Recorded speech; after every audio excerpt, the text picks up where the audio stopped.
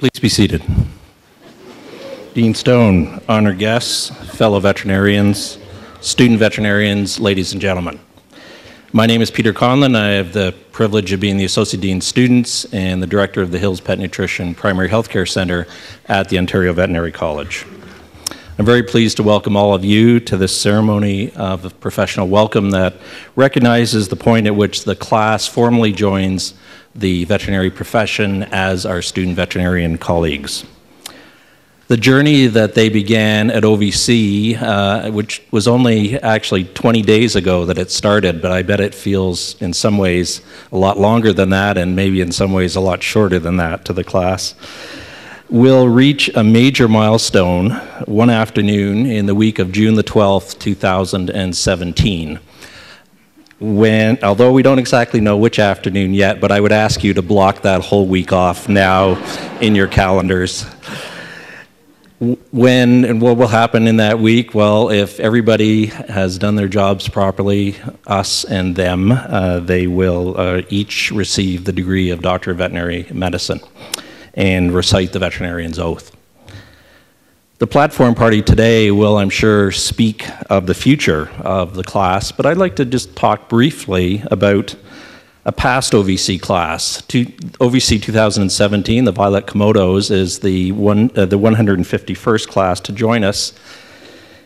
And perhaps we might look back and see they are the latest. Who were the first members of the first OVC class? They were three men, all from Ontario. Robert Robinson of Tullamore, which is northwest of Toronto and on Airport Road now, certainly not then on Airport Road. William Elliott of the nearby hamlet of Sandhill, and George Kempschel of Vaughan, which was then a small town also north of Toronto. They were the first graduates of OVC in 1866, and they started their program in 1862. Among them, in fact, were our first international students, because Robert Robinson had been born in Armagh, Ireland in 1836, and he arrived in Canada with his family at the age of 15. After graduation from OVC, he practiced and farmed in Peel County for the rest of his life.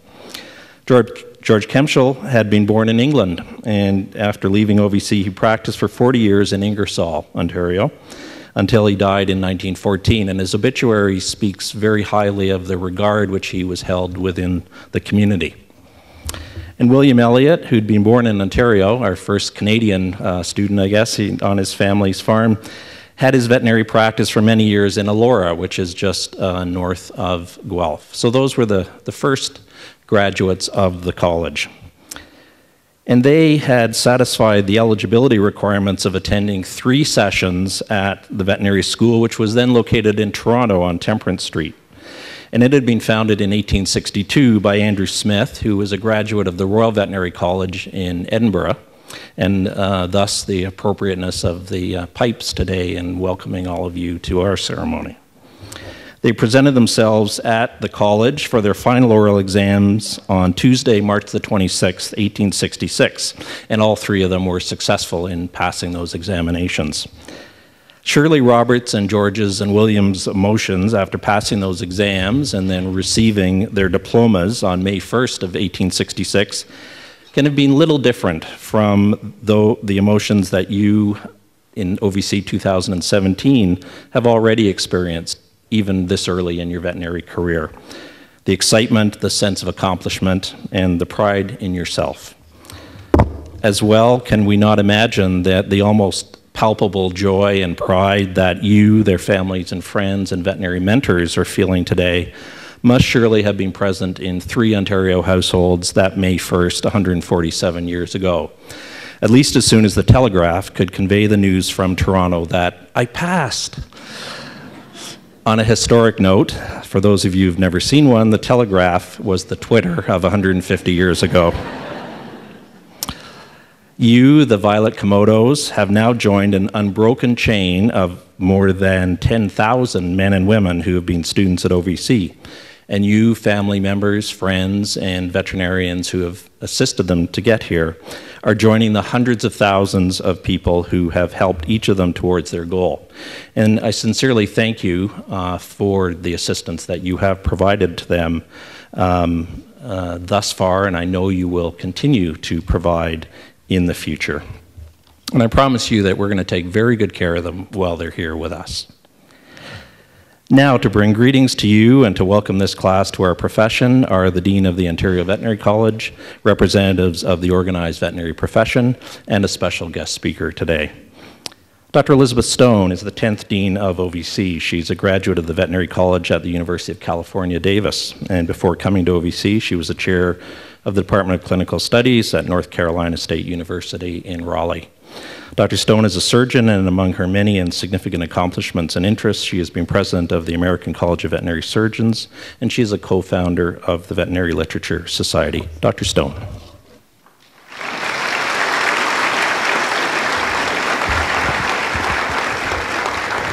Thank you, Peter, and thank you, Peter and Elizabeth Lowinger, for organizing this event today. We think this is just a wonderful day to welcome our new students, but also to thank and congratulate all of the friends and mentors that have helped you get to this place. Some of you did it on your own. There's probably not too many, but there may be some that are here in spite of your families. But I think most people were encouraged along the way by somebody. And I welcome our distinguished guests and our faculty, our staff, and our alumni. Some people may be all 3 or 4 of those descriptors. And a particular welcome to the Violet Komodos.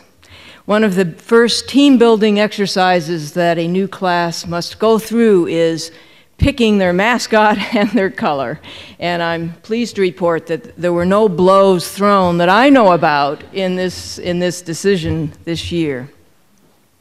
I'm really pleased that you're here. One of the best things about being the dean is welcoming a new class and being inspired by the energy and enthusiasm that you bring to the table. You're from many different backgrounds and have had many unique experiences. And one of the things that we really treasure about the Ontario Veterinary College is our ability to talk with each other and to have dialogue and to discuss conflicting viewpoints. And as I say to the classes, probably within this group, we have vegans, we have vegetarians, we have carnivores, and who knows what else. And that's just talking about what you might be eating for lunch. The many, many different viewpoints that come under the umbrella of being a veterinarian, and we really encourage you to talk to those people who might think about things just a little bit differently than you do. As Peter said, the OVC has a very deep history and a substantial presence in Ontario. By far the majority of veterinarians in Ontario are from the Ontario Veterinary College, and our continued vitality depends on you. We need you to interweave your new ideas, your innovations into the fabric and the history of the OVC. Sometimes we may be resistant to having that woven in, but I'm sure that you will be persistent to let us know just what it is that you need and the way that you learn and the way that you want to approach the future. Our alumni live and work in many different countries, about 85% in Canada, 10% in the US, and 5% around the world in over 60 different countries. And perhaps you'll have a chance to visit some of these alumni. The veterinary profession is a wonderful profession. If you meet a veterinarian, it seems like you're maybe only 2 or 3 steps removed from somebody that knows somebody that knows somebody that you know. And I think that's one of the most wonderful things about being a veterinarian. Veterinarians can help find solutions to many of the issues that are facing society today, whether it's controlling infectious or chronic diseases, ensuring safe and sufficient food, protecting the health and welfare of animals, and the list goes on and on. And we consider the entire ecosystem as we try to find solutions. It isn't sufficient to treat the dog with seizures if there are raccoons in the backyard depositing tapeworms. It isn't enough to set up a infectious disease control program on one farm if there's a delivery man that's driving from place to place. And it isn't enough to give pigs to a poor villager if she has no way of feeding those pigs or her family. And these are, again, only a very few examples. While you're here, you'll find a wealth of opportunities, some within the classroom, much within the classroom, but also your extracurricular activities, whether it's sports or volunteering in the community or working with veterinarians in a variety of different types of endeavors. But you'll also learn a tremendous amount from those people that are sitting next to you. I have friends, very good friends from when I went to veterinary school that I would have never come across if we hadn't been in the same side of the alphabet, as it turns out. All my friends are from about M to Z, because that's how you get divided up, and that's how you're, not quite, but I think that's true. No doubt you're going to need persistence and endurance to make it through the next 4 years, but probably, most importantly, you need a sense of humor. Things won't always go the way that you're expected. They won't always go necessarily the way that we've even laid it out. We have to be able to adapt. We have to be able to, look at what the opportunities are, both on the good side and the bad side. And as you choose where to spend your time and your energy, what you should be worrying about, what you should not worry about, try to keep in mind just what it is you want to do 4 years from now. Help that be a guide to just what's important for you today.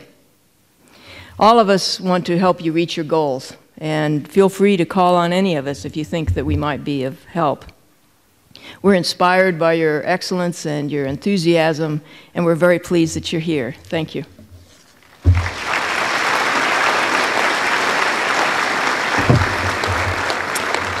Thank you very much, Elizabeth. Dr. Carlton Giles is a graduate of OVC class of 1964, and he is a retired faculty member from the Department of Pathobiology. Dr. Giles is recognized as an international authority in the study of E. coli bacteria. He's presently editor of the Canadian Veterinary Journal, which is published by the Canadian Veterinary Medical Association, the national body that speaks for veterinarians and our interests across the country. Dr. Giles.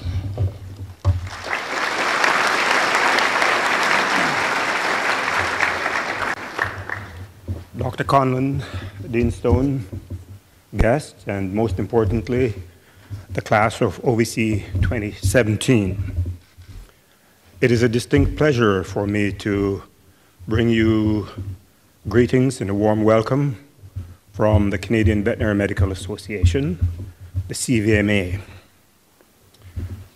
The CVMA is our professional association which represents us particularly on national and international issues, provides leadership for all of us in these areas. On a regular basis, the CVMA tries to convince veterinarians that they get full value in terms of services provided for the dues they pay. And that is certainly the case. However, I'd like to challenge you to think of your professional organization in perhaps a somewhat different light. Think of what you can contribute to that organization. Think not just of what the organization can do for you. The CVMA provides leadership, and there are certain consistent themes in leadership, despite the variety of definitions and descriptions of leadership. And these themes that I consider very important are vision, influence, and others. I urge you to start to shape your vision of what your role in society as a veterinarian will be. Undoubtedly, the delivery of high-quality service at your local level will come to mind, and that's important. However, I urge you to go beyond that.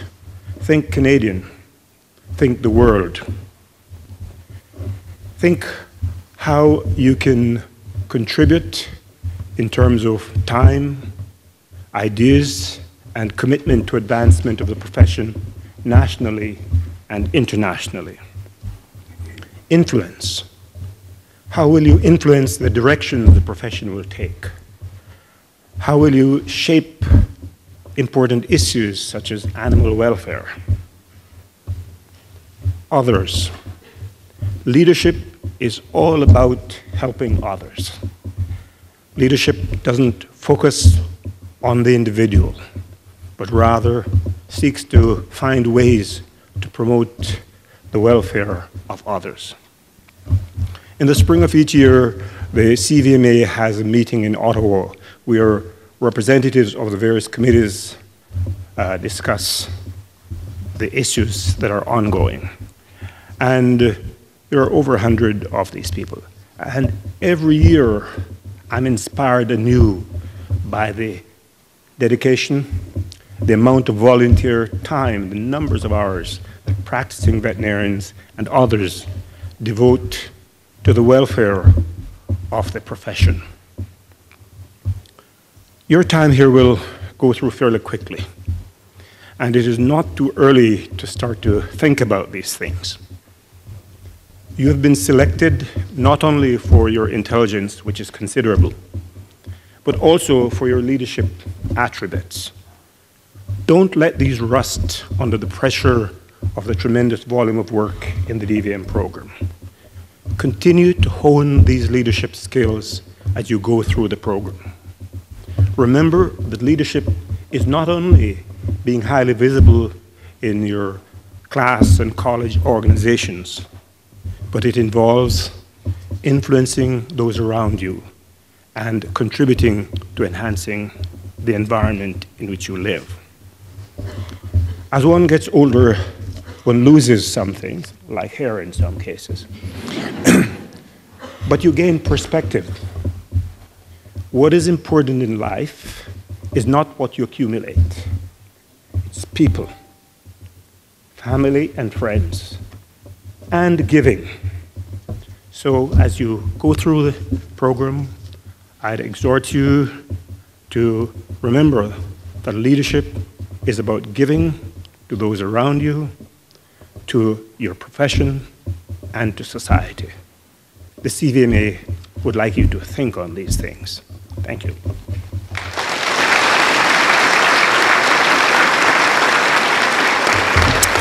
Thank you very much, Carlton.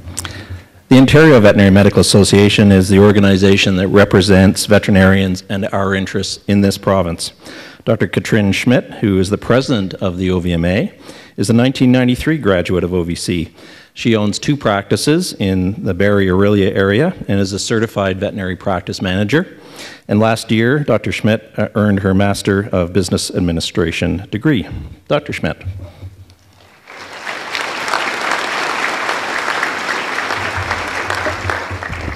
Good morning, everybody. I have a couple of confessions to make.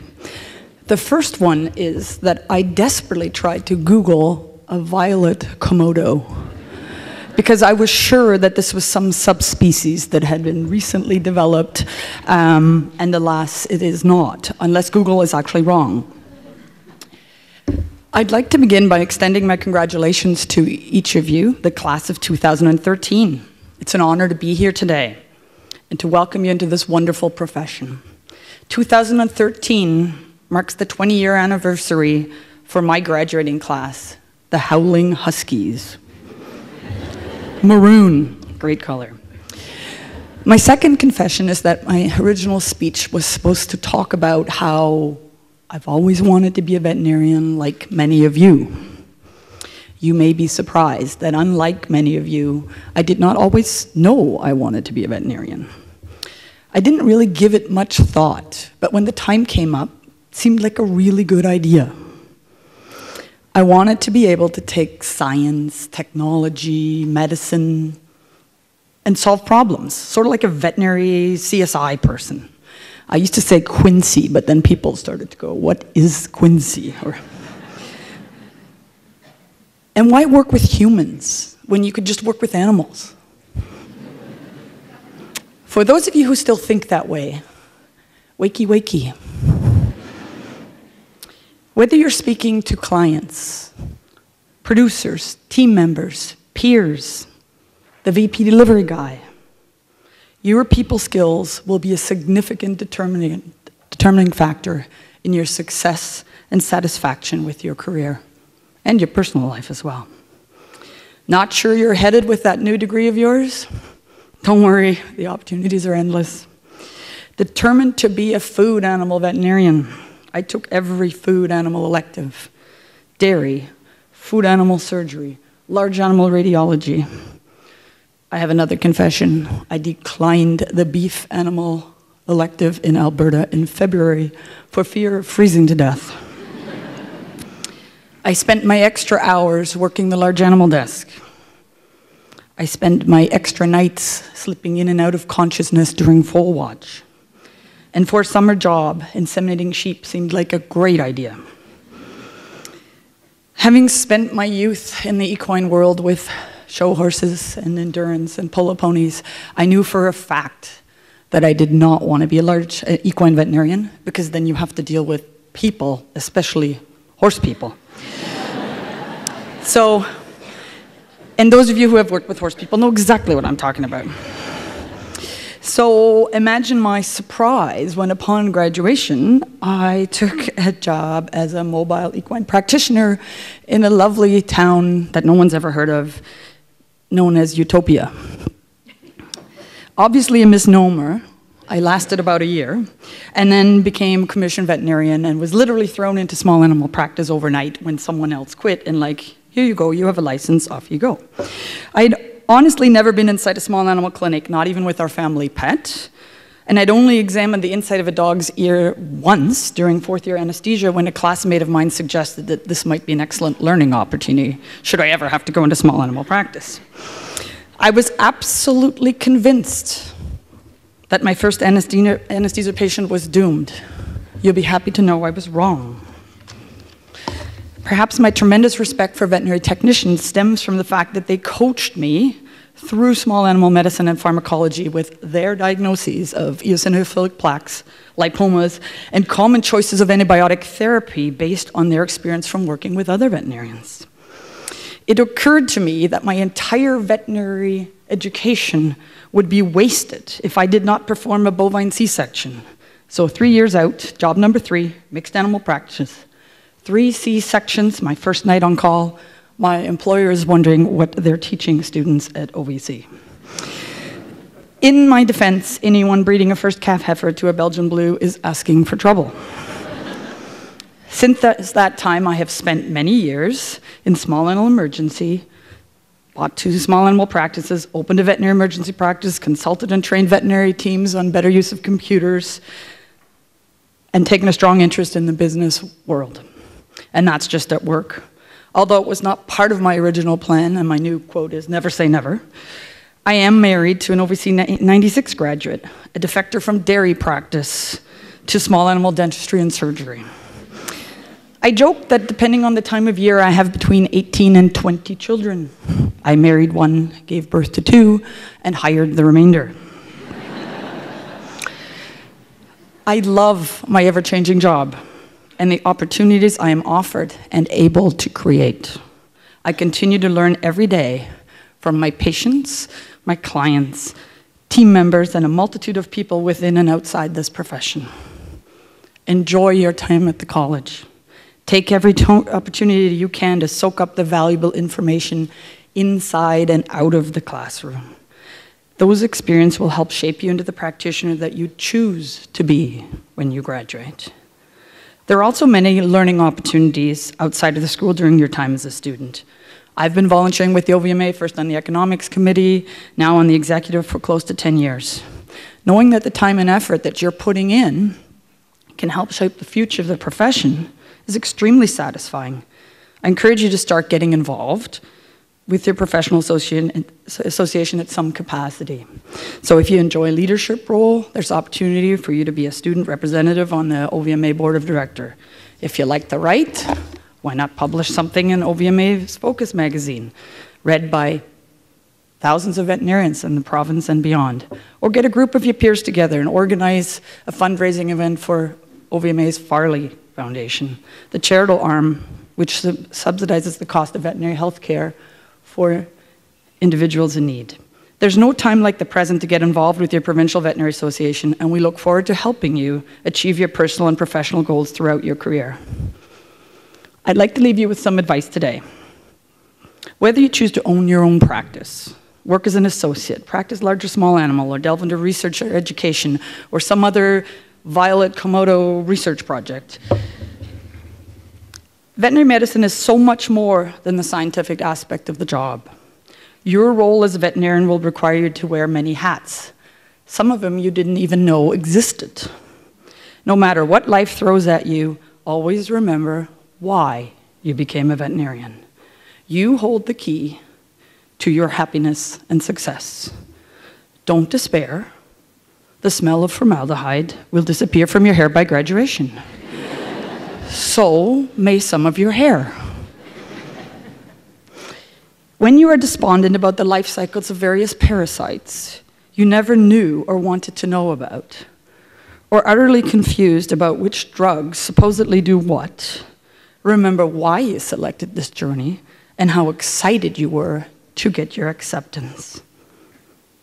When you are feeling overwhelmed and appear to be drowning, remember the following, a quote by Eleanor Roosevelt: "No one can make you feel inferior without your consent."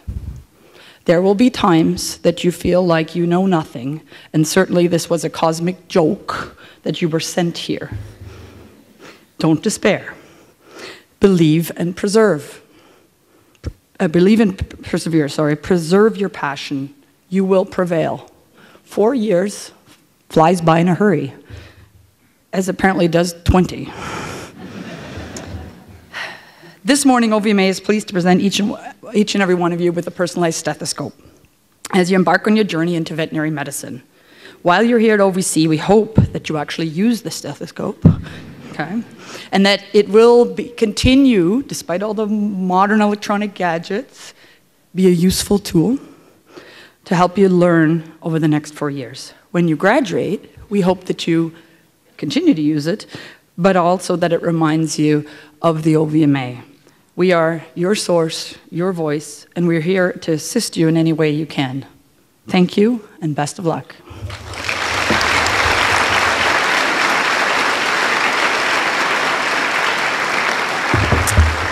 Thank you, Katrin. I'm thinking that by the time these folks have finished 4 years at OVC, the term Violet Komodo will be at the top of the search list on Google for sure. The College of Veterinarians of Ontario is the provincial licensing body for veterinarians that protects the public's interest as well. Dr. Glenn Pettifer, who is the Deputy Registrar and Senior Partner Quality Practice at the CVO, graduated from OVC in 1986. He was then in equine and mixed animal practice and completed a residency in anesthesiology and pain management at OVC. He then spent 15 years in academia and then returned to private specialty practice before joining the CVO. Dr. Pettifer.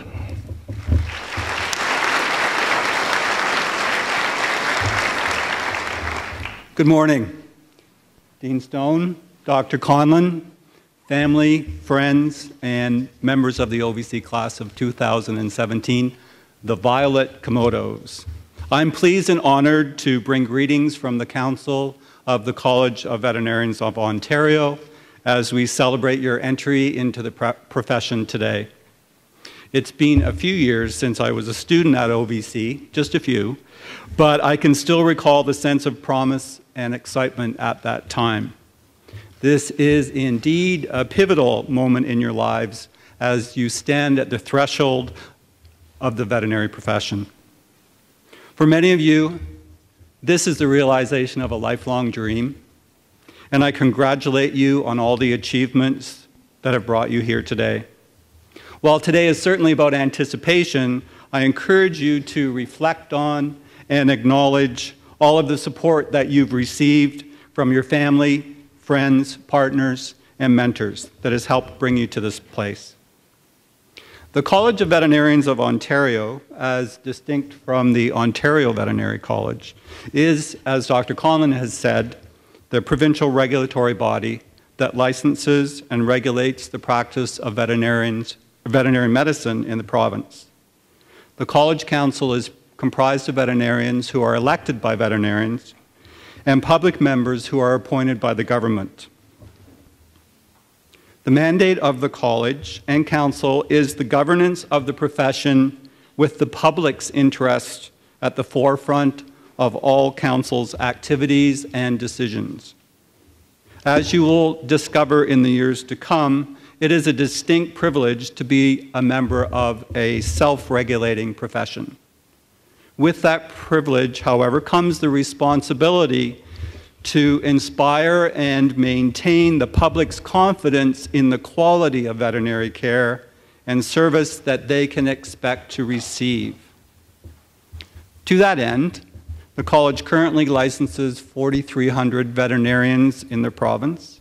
It accredits 1,400 veterinary facilities, hospitals, and clinics, and it provides veterinarians with opportunities that are designed to assist with the maintenance of competence in the skills of the profession that have been developed during their formal education at the OVC. But this is all serious stuff. We'll have opportunities to discuss professional self-regulation as our paths intersect during your time at OVC. This is a time of celebration, and I, the College and Council, wish you continued success as you embark upon your program. The College is committed to excellence in the profession, and I know that each of you will be significant contributors to this mission. Thank you.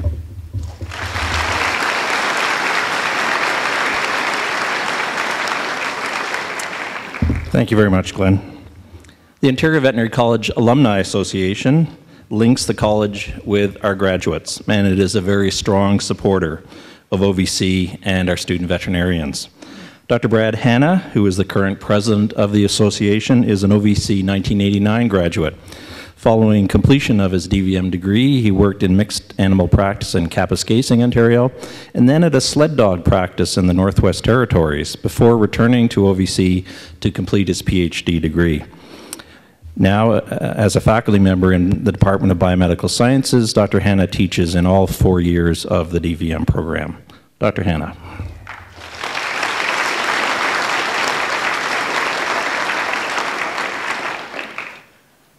As happened last year, I was asked to welcome the class of 2017 to the school on behalf of the Alumni Association, and as I sat quite close to the end of the line, I heard everything I could have thought to say said at least twice by someone else. So I made things easy for myself this year. We had a special project which involved alumni writing words of wisdom to an incoming student. And so when you pick up your lab coats when you leave here, be sure to reach in the pocket and don't lose your words of wisdom. It's something to read from an alumnus. And so I've cheated, and I have excerpts here from some of those words of wisdom. Because otherwise only one of you might read them. So things that people thought would be worth telling an incoming student. Number one, be the first to volunteer. 2, maintain your fitness. 3, OVC can be fun. One of my classmates said that her only regret was studying too much and missing too much of the OVC experience. Don't let that be your regret. 4, this was multiple times, don't memorize, understand. Okay. 5, you will make mistakes. Don't panic, but be sure to learn something from that mistake. 6, don't procrastinate. Your time is an investment in yourself. Don't waste it. They all have a different tone to them, all of these notes. Some of them are very brief. Some of them go over on the back side of the page. Yeah. You will never be able to see every kind of case at OVC, and you don't need to. Learn the principles and you will be able to apply them to any case you see. And that was from more than one person. Get involved in non-academic activities. Go outside your comfort zone. It's easy to sit at the back and let somebody else try the procedure and think that you've learned it. And I think that indicates, nope, get in there and do it yourself. Number 10, work hard and play hard. Work fair and play fair. Set a good example. You will influence, excuse me, you will influence many people during your lifetime, and you won't realize how many people that is. You are entering a challenging and wonderful profession. There were lots of comments to that along those lines. Enjoy the ride and enjoy all your new friends. Thanks.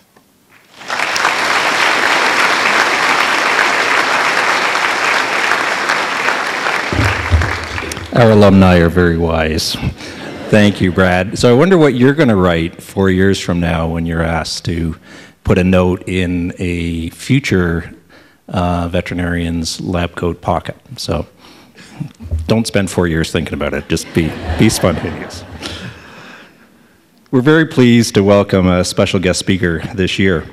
Dr. Greg Douglas was raised on a farm near Weyburn, Saskatchewan, and graduated as a veterinarian from the University of Saskatchewan. After working in private practice, he joined the Canadian Food Inspection Agency in 2001. During his time with CFIA, he was involved in bovine spongiform encephalopathy, or mad cow disease, investigations in 2003, the avian influenza outbreak in 2006, and an anthrax outbreak investigation in 2008. In 2009, he became Saskatchewan's Chief Veterinary Officer. Since 2012, Dr. Douglas has been the Director of the Animal Health and Welfare Branch at the Ontario Ministry of Agriculture, Food and Rural Affairs, and he is the Chief Veterinarian for Ontario. As the Director, he oversees the core branch programs related to advancing animal health and welfare and veterinary public health through education, inspection, surveillance, research, and emergency preparedness and response. As the Chief Veterinarian of Ontario, Dr. Douglas serves as the province's Chief Technical Leader with respect to the protection of animal health in Ontario. He is responsible for establishing the ministry's priorities for the development and evaluation of animal health strategies and programs, and is accountable for mitigating animal health risks across the province. Dr. Douglas.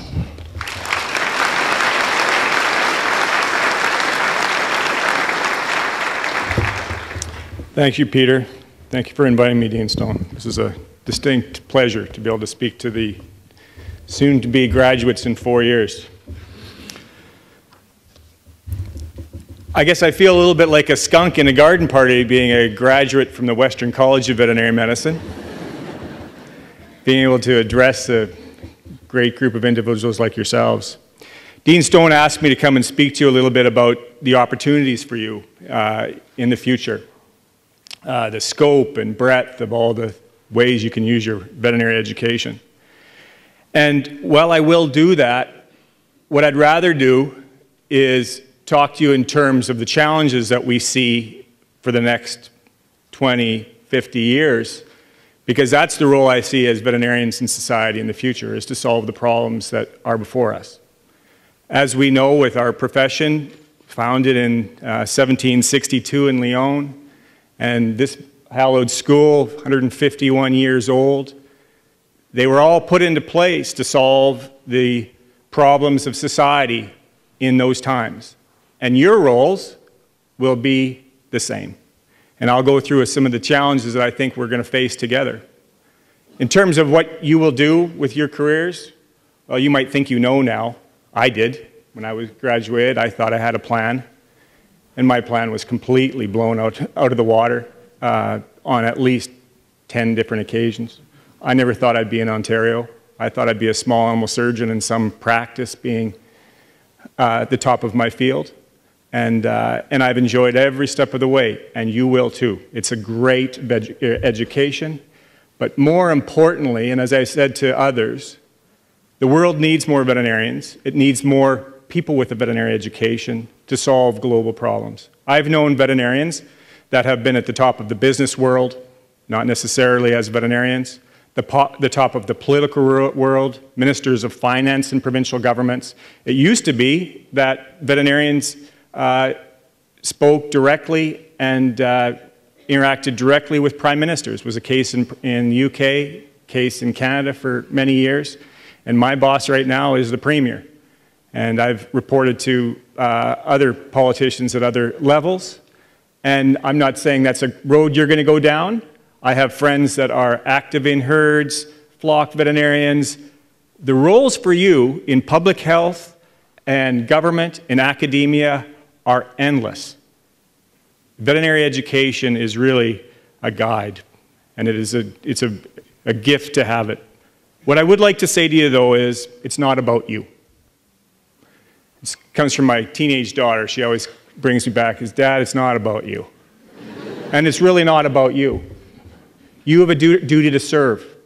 You have a duty to serve your families, the population, society, your animal clients. But that's the largest reason veterinarians are being educated. We set up veterinary schools, we fund them, we have research projects, is because we have a duty to solve the issues of the world. And I know it sounds daunting. Some of those issues are 75% of diseases in humans have their origin in animals. And we're seeing more and more of that all the time. I had the luxury of being in Paris with the Canadian delegation, and we heard the Chinese chief veterinarian talk about their response to H7N9. And the World Health Organization was listening closely to a veterinarian as to how they were going to prevent more human illness from the animal population. We're seeing diseases reemerge that we've never seen before. We're seeing new diseases that are coming from different populations of animals in other parts of the world. We have one right now in pig population in the US that we're very concerned about coming into Canada. There's a new virus in dogs that's been characterized at UC Davis.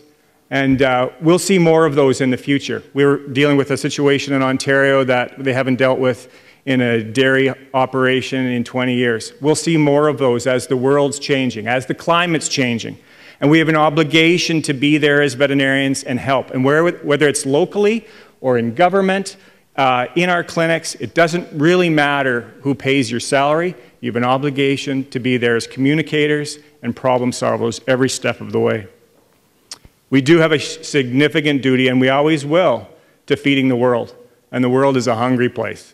I mean, there's a lot of people in this world, and their protein requirements, their food requirements are changing all the time, and veterinarians are absolutely critical in all of their communities, whether it's in the developed world or the developing world, to make sure those linkages stay together and people get the basics of what they need. Veterinarians are critical in that area. So you will have the skills, you have a broad understanding, you get the interaction between wildlife, you will, and our animals, our companion animals, and the animals are all in this room. I mean, I work more and more with public health officials, chief medical officers, and convincing the doctors that they're animals too is certainly something I do on a regular basis. This school will give you all the tools for which you're going to need to succeed and contribute, but you will serve. I know you will have the strong siren call of the stethoscope, and the allure of the scalpel blade will be hard for you to resist. But I want you to think, and it was for me, and it was for most veterinarians, but I want you to think more globally and more expansively of your opportunities in problem solving when you go through school, when you have those opportunities. These folks talk to you about all the different things you can get involved in. Public policy, getting more involved in your community, having those critical debates, very important. Veterinarians need to be central in helping shape and guide the values that we want in the future and how we deal with complex issues. Veterinarians are critical. I was back in Saskatchewan yesterday with my parents, and I told my mother that I was going to get a chance to speak to the class of 2017. And I haven't always been an easy child, so she said, be nice to them. But I said, I can't be nice to them. There's so many issues that they need to know. I need to tell them that 23,000 people died of antimicrobial resistance last year. And the CDC director, Center for Disease Control director, suggests that we could be entering the post-antibiotic era. 70% of antibiotics are used in animals. They need to know that. They are going to live that. That's going to be their life. Either being more judicious and efficacious with our tools, or figuring out how we're going to deal with not having as many tools and having to respond to the needs of our clients and animals and humans. They need to know that on the animal welfare side, the society is challenging us all the time as to our relationship with animals, how we grow pigs, whether we use stalls, what kind of cages, how we provide for pain, what animals should and shouldn't be in captivity. Is it acceptable? They need to be there. They need to know that we're going to be solving these problems together. And these are complex challenges. But as Dr. Giles pointed out, it's not about you. You have a duty to serve. It's about the public and what they're asking, the critical questions they're asking, and they're hard questions. They don't come with easy answers. And oftentimes when I get the call from somebody very senior than me that makes a lot more money than me, you kind of grasp for an answer knowing full well that I wish I had more coming from the research community. I wish there were more answers. And so I'll be looking to you to provide that guidance in the future. We all will. When we're all retired, you'll be sitting in these chairs, answering the tough questions and maybe not having the answers. But we will do it together, and veterinarians will be absolutely key in providing those answers. So I will leave you with that. I know you will do a great job. I know you'll answer the call. You will balance our desire to be compassionate with all our needs to serve the world, and your career opportunities are limitless. They really are, but the challenges are indeed significant. But we all have a duty to serve, as do you. Good luck with everything. You'll be fine. And as others have suggested, if you need support or you want to ask questions from others in careers that you may or may not have considered, I can speak for the whole panel. We love to get calls from young people asking questions about veterinary medicine. So never feel shy to extend and ask questions. So good luck to you all, and thank you very much for the opportunity to speak to you today.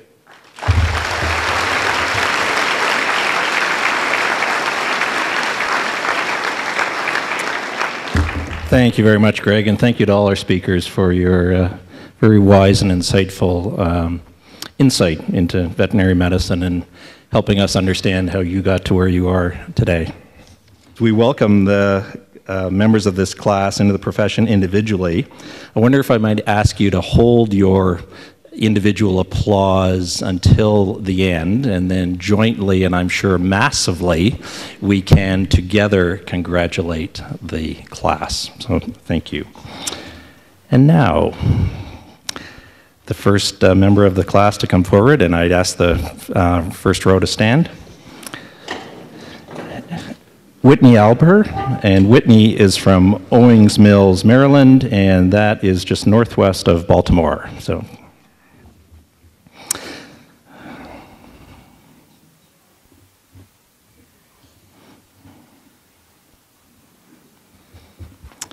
Melissa Anderson is from Ancaster, Ontario, which is near Hamilton.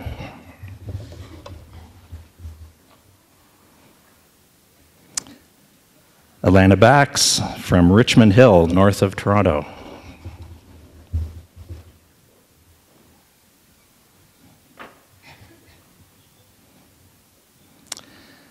Vivek Basu is from Toronto, which of course is south of Richmond Hill.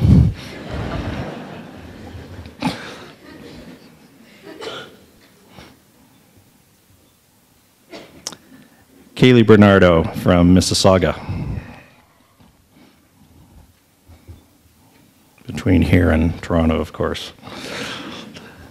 Jody Beerworth from Bancroft, northeast of Toronto in the Kawarthas.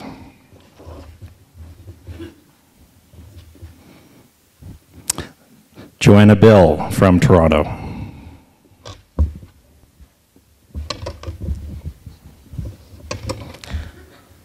Mark Biner is from Thornhill, part of the Greater Toronto area.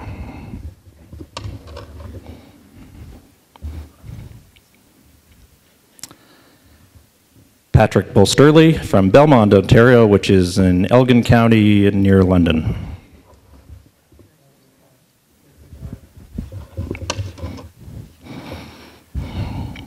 Thank goodness for Google Maps, is all I can say. Heather Boots is from Richmond Hill.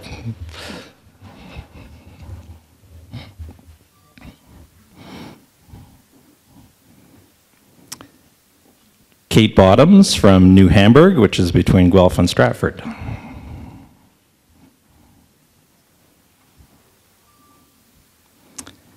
Spencer Burley is from Toronto as well.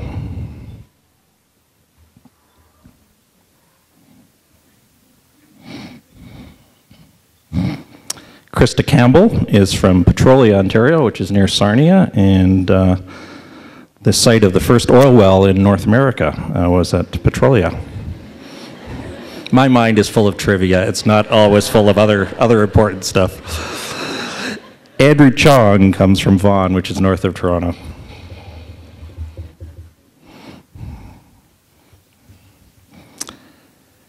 Natalie Chow is from Scarborough, east of Toronto.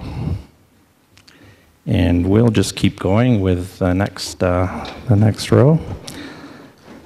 Claire Clements is from Pickering, which is east of Scarborough.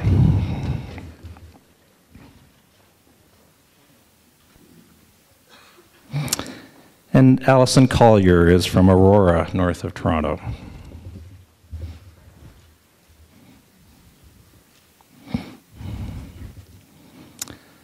Kevin Colliver from Sudbury, which if you went 450 kilometers directly north of Guelph, you would hit Sudbury. Alicia Combe Dingwall is from St. Catharines in the Niagara Peninsula.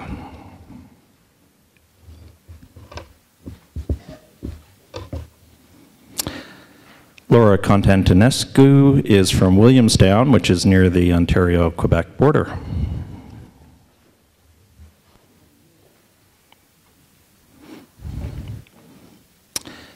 Miriam Coulthard is from Halifax in beautiful Nova Scotia. Not that Ontario isn't beautiful, but you know. Jennifer Crew hails from Kitchener, just west of here.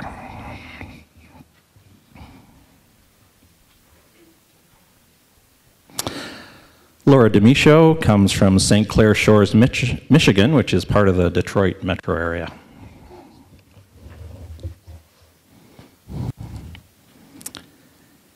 Emma Delatala from Grand Bend on the shores of Lake Huron.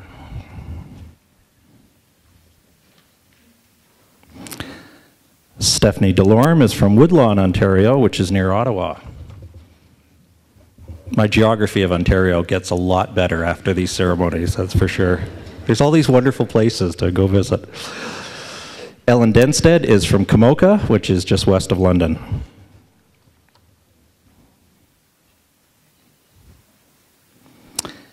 Sarah Downing is from Little Britain, which is in the city of Kawartha Lakes, just southwest of Lindsay, Ontario.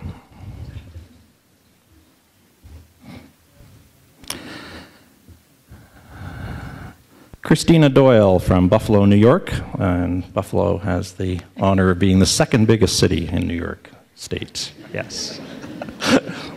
And clearly the most important, Christina, right? Yes. Aaron Duffy is from London, Ontario.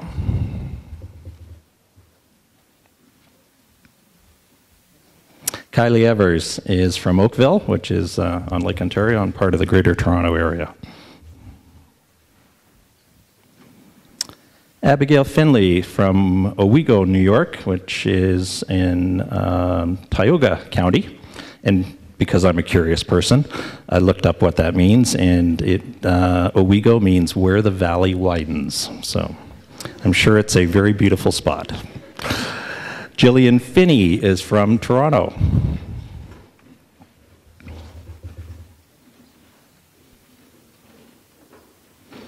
Ivan Finuckel is from Kentville, Ontario, which is in the east part of the province, directly south of Ottawa.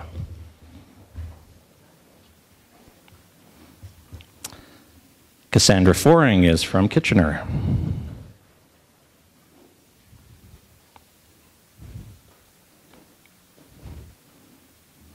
Alicia Forsyth is from Thornton, which is just south of Barrie.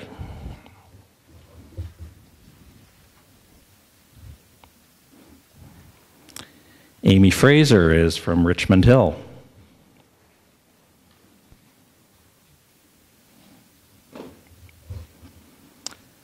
Kristen Frederick from Kingston, which is just the midpoint between Toronto and Montreal on the 401.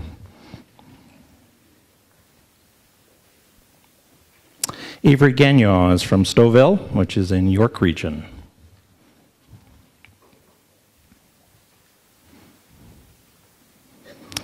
Mallory Gilmer from South Mountain, which is near the nation's capital of Ottawa.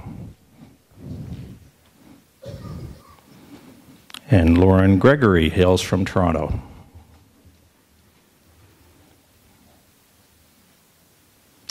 Jessica Gu is also from Toronto.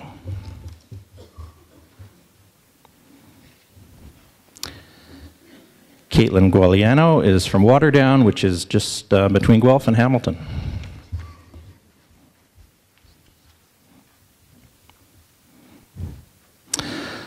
Justine Gugino is from Eden, New York, which is south of Buffalo. And Google had no idea why it was called Eden, New York, but it, I'm sure, is a beautiful place. Stephanie Geiler is from Markham, just northeast of Toronto.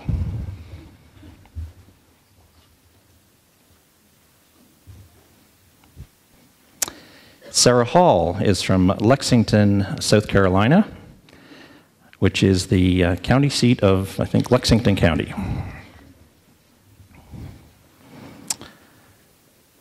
Jennifer Henmore is from Peterborough, Ontario, which is about 125 kilometers northeast of Toronto.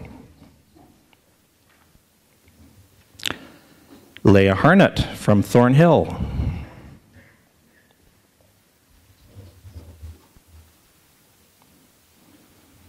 Abby Harris from Haslett, Michigan, which is northwest of Detroit on Lake Lansing. Chris Hauser from Cambridge, just west of here.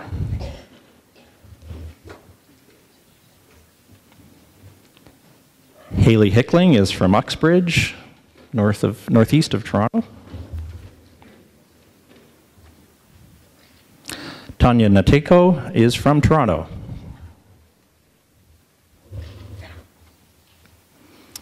As is Annie Hong.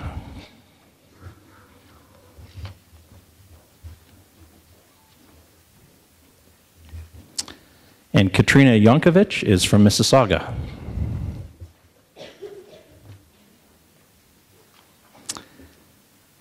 And Kimberly Kaltais is from Etobicoke, crunched in there between Mississauga and Toronto. Rianne Camula is from Ancaster near Hamilton. And Jacob Keitel from Ottawa.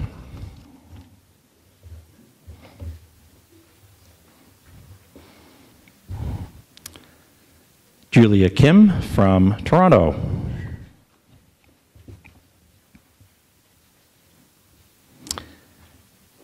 And Daniel Kim from Seoul, South Korea.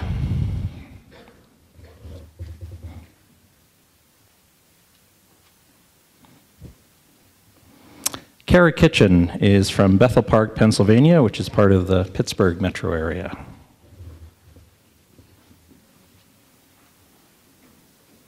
And Elena Kramer from San Diego, California, on the coast in that really beautiful state.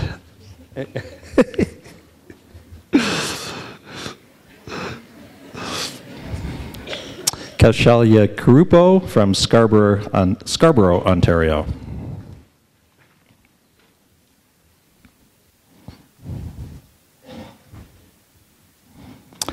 Sarah Laliberte from Mississauga.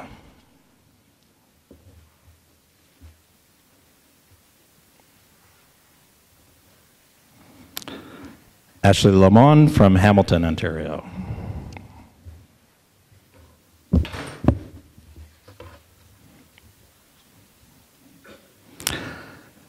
Sarah Leeson is from Jerseyville, which is near Ancaster, Ontario.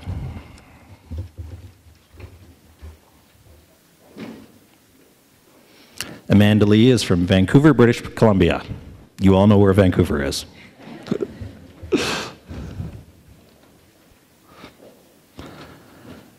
Jared Lowe from St. Thomas, Ontario, which is south of London, and where the elephant Jumbo met his very unfortunate end in an interaction with a steam train. There's a giant statue there to Jumbo if you ever are interested.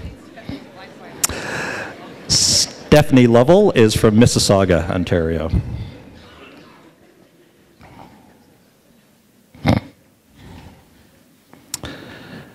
Rachel Manjos from Jordan Station, which is in the Niagara Peninsula.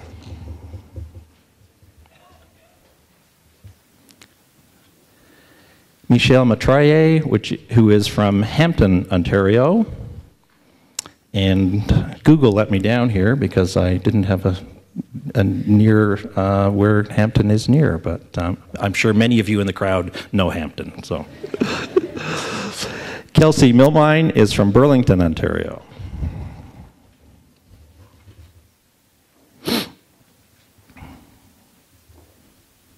Catherine Moffat is from Scarborough.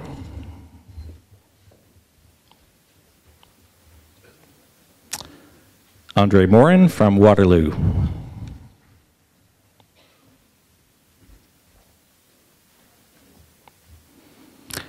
Catherine Mundy from Montreal, Quebec.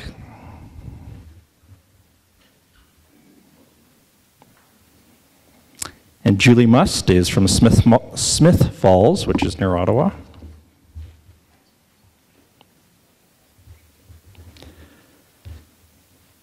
Andrea Nace from London, Ontario.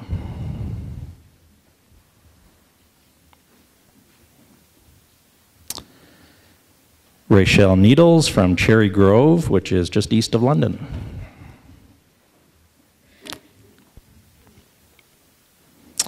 Heather Nyreter from Goulet River, Ontario, which is near Sault Ste. Marie.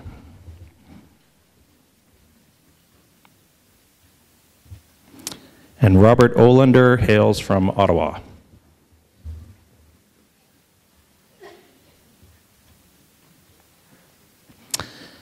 Greg Oliver is from Smithville, which is near St. Catharines.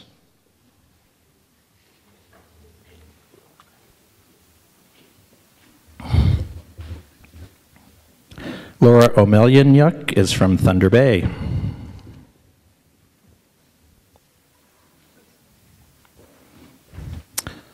Ruben Ong is from Kota Baru, Malaysia.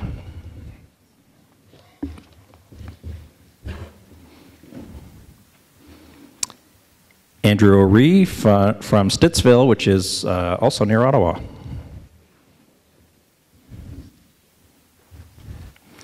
Catherine Piper from the Festival City of Stratford, just west of, southwest of Guelph.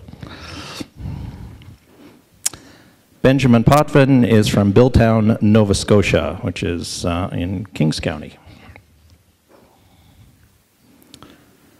Vivica Ranalla from Uxbridge, Ontario.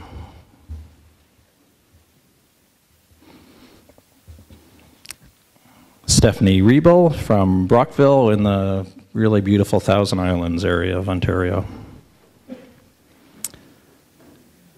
Teresa Wrights from Erin, which is just east of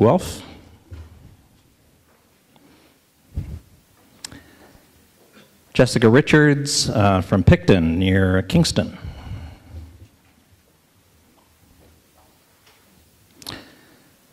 Daniela Rizzo is from Fond Hill, which is in the Niagara region near Welland.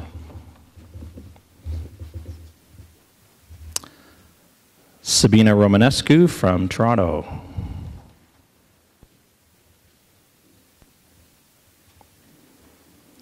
And Rose Rumney hails from Vasey, Ontario, which is between Midland and Orillia.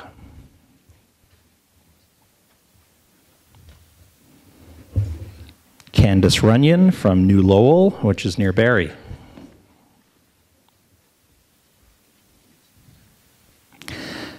Amanda Saldivia Wu is from Toronto.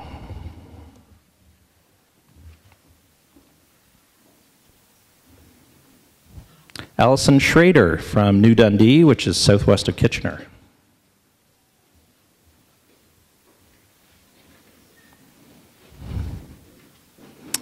Carrie Schutten is from Pelham, which is also in the Niagara Peninsula. Chanel Schwarzentruber is from London.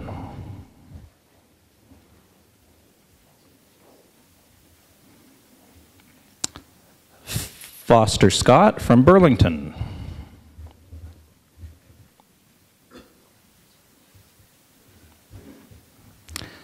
Pradnya Shah from San Jose, California.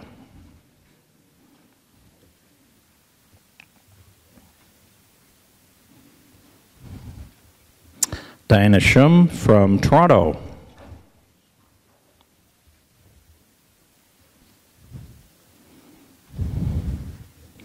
Heather Smale is from Queensville in the wonderfully named township of East Gwillimbury, which is north of Toronto. Melissa Smith is from Oakville.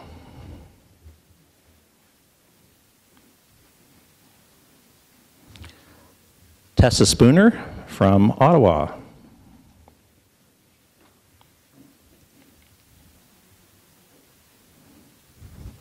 Caitlin Stormonth is from Port Perry, just north of Oshawa.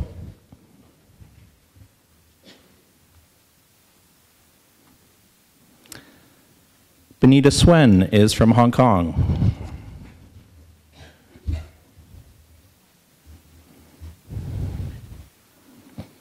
Noreen Sumar from Richmond Hill.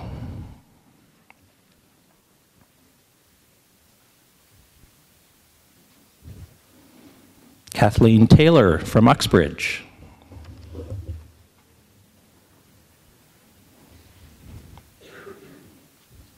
Christina Toth from Toronto.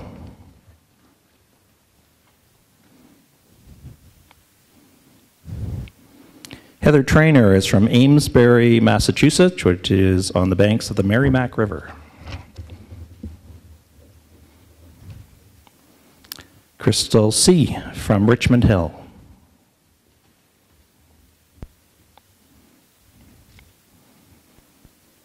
And Carly Vidala, I think, is the only Guelphite in the whole class. She's from right here. Nick Vilaba is from Cayuga Falls, Ohio, which is near Akron.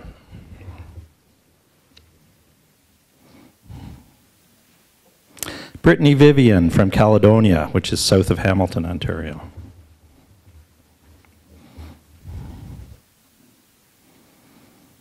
Melissa Wagner from Maidstone, Ontario, which is near Windsor.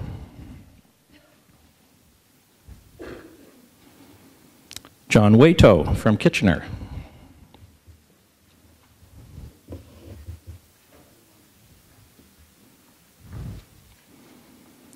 Shannon Walsh from Waterloo.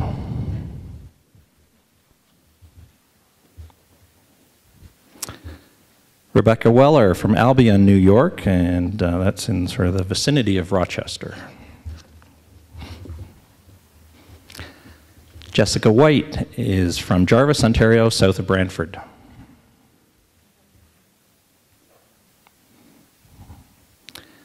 Jenna Williamson from Burlington, Ontario.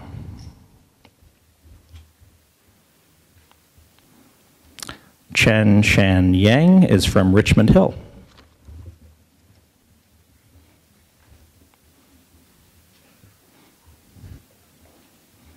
Cassandra Young is from Markham, just northeast of Toronto. We'll just pause for a moment until all of the class has been able to return to their seats. Ladies and gentlemen, I give you the class of OVC 2017.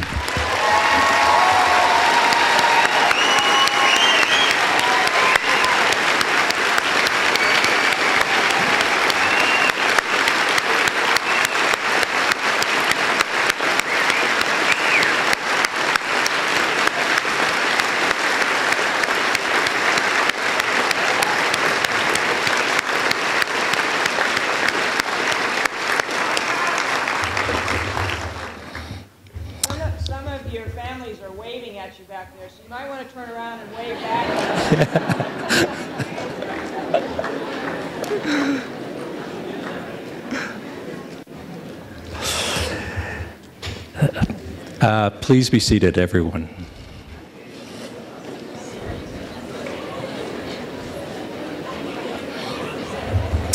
It's now my pleasure to introduce Mr. Jared Lowe and Mr. Patrick Borsterley, who are newly elected class co-presidents, to speak on behalf of the class.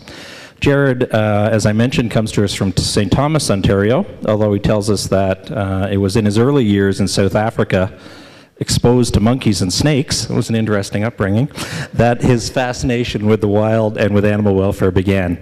In addition to his studies and work with domestic animals, shelter medicine, and wildlife in preparation for the DVM program, Jared has a blue belt in Brazilian Jiu-Jitsu, which is a grappling martial art. I'm not sure if that was in purple belt, my apologies. I'm not sure if that was in preparation for the DVM program or not, but may come in handy.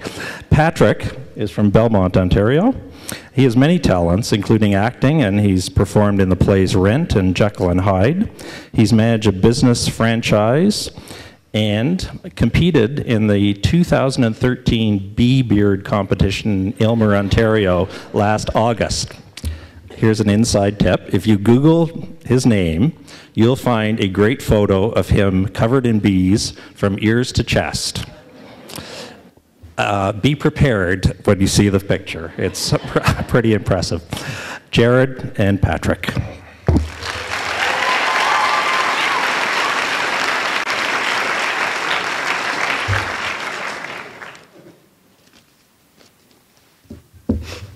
Thank you, Dr. Conlon, and welcome to all our guests, family, friends, faculty, alumni, mentors, and of course the class of 2017. First and foremost, I would like to extend our sincerest thanks to the College of Veterinary of Ontario, the Ontario Veterinary Medical Association, the Ontario Veterinary College Alumni Association, and the Canadian Veterinary Medical Association for all the gifts and support you have provided today.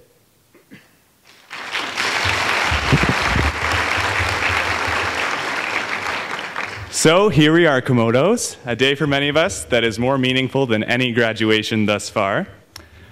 Before we even started vet school, we all had so much in common. Driven by our extreme love of animals, combined we've put forth thousands of volunteer hours and hours of studying. We were united by our MCAT suffering, which is clearly someone else's problem now. And we had all mastered the art of looking sincere when we wished another OVC applicant luck. We all understand the exhaustion in our fingers as we continuously refresh the WebAdvisor page, and most importantly, the total elation we felt when it finally said admitted. As soon as we were admitted, our next actions were obvious. Call the family and check the Facebook group. Those of us that were especially keen in our class came to vet school already knowing our classmates' age, birthday, and hometown. We knew we were at home in this online forum when we could see that the profile pictures with animals greatly outnumbered any of those with family and friends. And it was here that we began our first task as a community, choosing our class mascot. To this day, some of us cannot hear that word without cringing a little. The experience was funny, exciting, and terrifying all at the same time. I personally did not expect all of our classmates to make it out of mascot selection, but we did. Good job, guys. And after all was said and done, we finally discovered our identity as the Violet Komodos. I think we all felt the same roller coaster of emotion here. The excitement of becoming the Komodos, the horror of discovering its similarity to a famous purple reptile, And then finally relief in realizing that there's nothing wrong with being associated with a dinosaur that promotes friendship and family.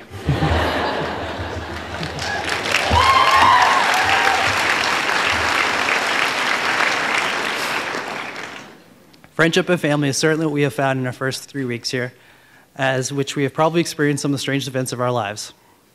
I can only imagine what the people driving down Gordon Street would be thinking if they knew that those weirdos passing paper bags between their legs would one day be responsible for their animals' health. I don't think a single soul downtown would have believed that those strangely dressed high school stereotypes were actually, in fact, bright students destined to be doctors in 4 years' time. We've already experienced so much together, some things fun, some terrifying, but all leaving us no choice to come together as a strong community. And now begins the real challenge. We all came here knowing that we were entering a demanding academic program. Talk to us in a few weeks, and we may need reminding as to exactly why we chose to do this to ourselves. Already, we are experiencing the volume of anatomy and the complete mystery that surrounds the subject of histology. But through all of the struggles, we'll only grow closer as a class. We came here together, and by relying on each other over the next 4 years, we'll make it to graduation together. However, we cannot take all the credit as a class. To our family and friends, we must say thank you for listening to our rants as we worried about our vet school applications, for your unconditional support, and encouraging us to be the very best that we can be. But as big a thanks as we owe you an even greater apology. In many ways, our struggles are just beginning, and over the next 4 years, your support is going to be even more crucial to our success. Brace yourselves. You have until October 1st when we have our first quiz to enjoy a little serenity. Don't worry too much about us, though, because we know that we can do this. Not too long ago in our lives, a special purple dinosaur taught us that with our family, both the one we are born into and the one we acquire, we can get through anything. I am so thrilled to be sharing this experience with each and every one of you. So Komodos, let the journey begin. We are ready. Please join me in welcoming the wonderful class of 2017, the Violet Komodos.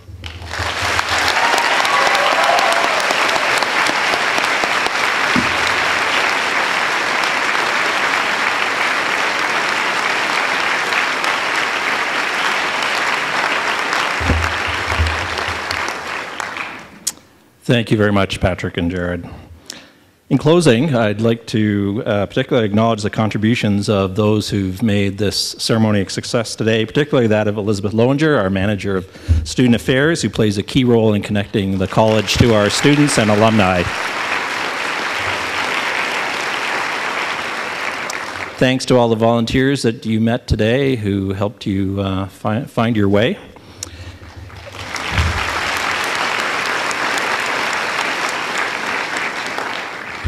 We are both recording and webcasting this ceremony, and thanks to Kevin Hogg from our IT department for making that happen. So it will be recorded for posterity, and you can revisit this happy day whenever you want. And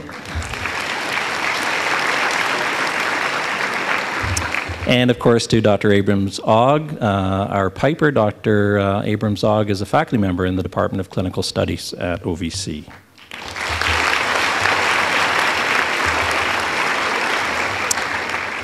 Thank you to you all for being here today. I guess probably that you're thinking, where else would I be on a day like today, right? We're really happy that you are here. I invite all of you to attend a reception, which is in the concourse of Rosansky Hall, just outside these doors. And the class is asked to assemble on the front stairs of OVC for a photograph. I have no idea whether it's... Oh, we're going to do it in the University Center instead, because clearly my sense of the weather is not very accurate. And that will be at 12:30 after the reception. So we'll now be piped from the hall by Dr. Abrams-Ogg in this order: the platform party, and then the class, and then you audience members. Thank you again.